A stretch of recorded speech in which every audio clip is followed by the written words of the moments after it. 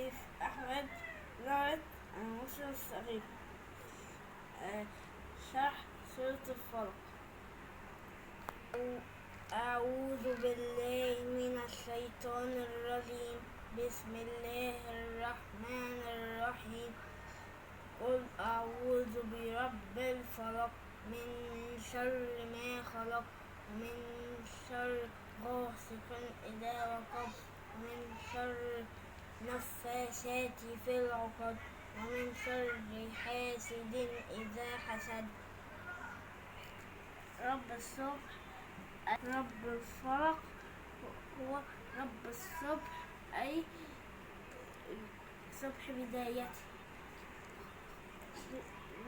من شر ما خلق هي كأنك تلجأ إلى الله وتعتصم بالله من كل شيء شرير سيء خلقه الله، سواء إنس أو جن. الغاسق هو الليل،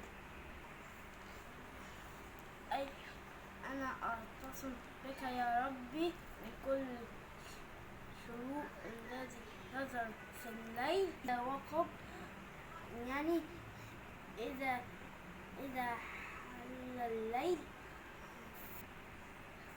حل الليل. فاساتي هم السحرة يعملون أعمال يؤذون بها الناس.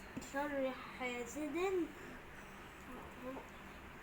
يعني الحاسد الذي هو يتمنى زوال النعمة من الغير. يجب أن نقرأ سورة الفلق